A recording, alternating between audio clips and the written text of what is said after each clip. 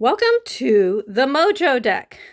If you want a tutorial of how to use the Mojo deck and how it can support you in doing magic in everyday life and to make things real that can be beyond your wildest imaginings, because I found that for myself, there is another video explaining how to do that, just that, and it is available on the website for the deck.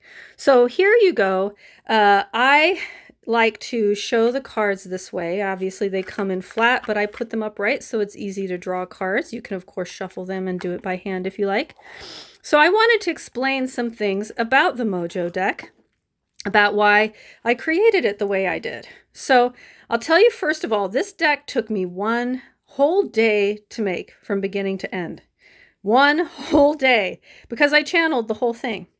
I am a channeler and a medium, and there are 3 guiding beings that support me with all my work. They are love-based entirely and very generous with their genius with me, and also my higher self. And so I channeled and did automatic drawing for each one of these glyphs.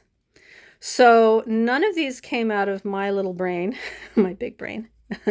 All of them were channeled using a marker on paper and then digitizing them.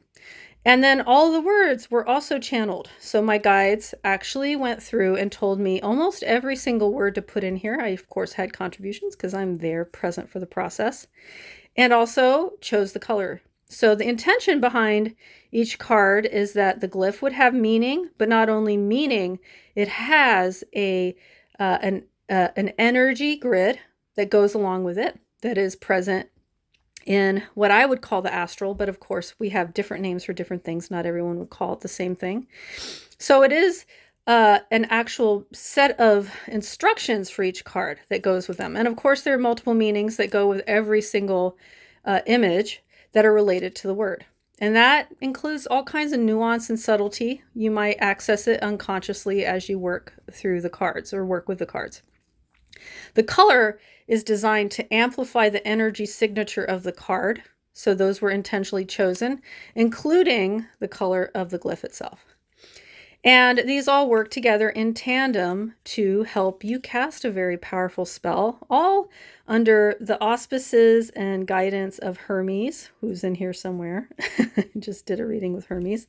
But this deck can cover all kinds of topics, all kinds of matters, and has definitely got mojo. It also has one caveat to spell casting.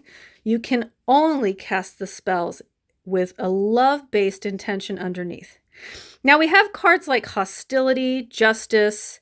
We have cards, I have one card called Idiot, which is one of my favorite cards because sometimes people are just problematic.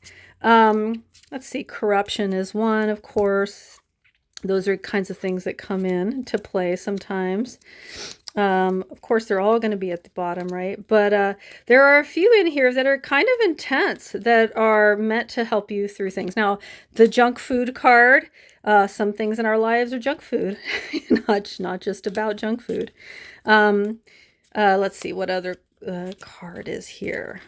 Oh, my goodness. Well, it's all down at the bottom. Joke. Now, sometimes some things in life do present themselves as baffling situations that seem to just toy with us. And that is the card for that situation. So interloper is one. Sometimes there are people that kind of butt in that don't need to be there. There's the Idiot card.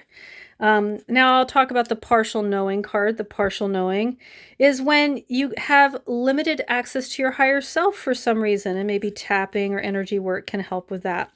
There are a myriad of things that you can do to help with that. Now I put in a protection card. You can call in protection. So you can see that some of these cards are not necessarily, soft. There's some hard ones in there. Polishing can be, oops, well, that's the way they wanted to be. Polishing can be hard too.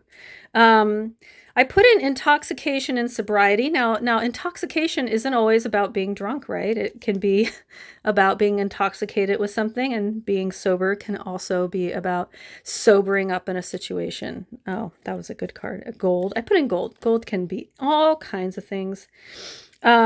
Entrapment is one, obviously. I put in sex. And that is the run of the cards. They all want to be like that, so I'll put them that way. Anyways, this deck is designed to help you with all kinds of situations, but even though you might have hard stuff to deal with, you might have people in the way, or it may appear that there are people in the way. You never know if that's always the case. That's the 100% truth in a situation. We still want to make sure that we are not taking anyone's power away. And as Starhawk says, you want to work within a framework of power from within versus power over. And that's what this deck is designed to support you in doing. And if you were to try to cast a spell that was not in the highest good for you or someone else, sorry, peeps, it won't work.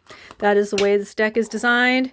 It's done that way on purpose, and that is how I feel good about putting a spellcasting deck out into the world. So thank you so much for playing along.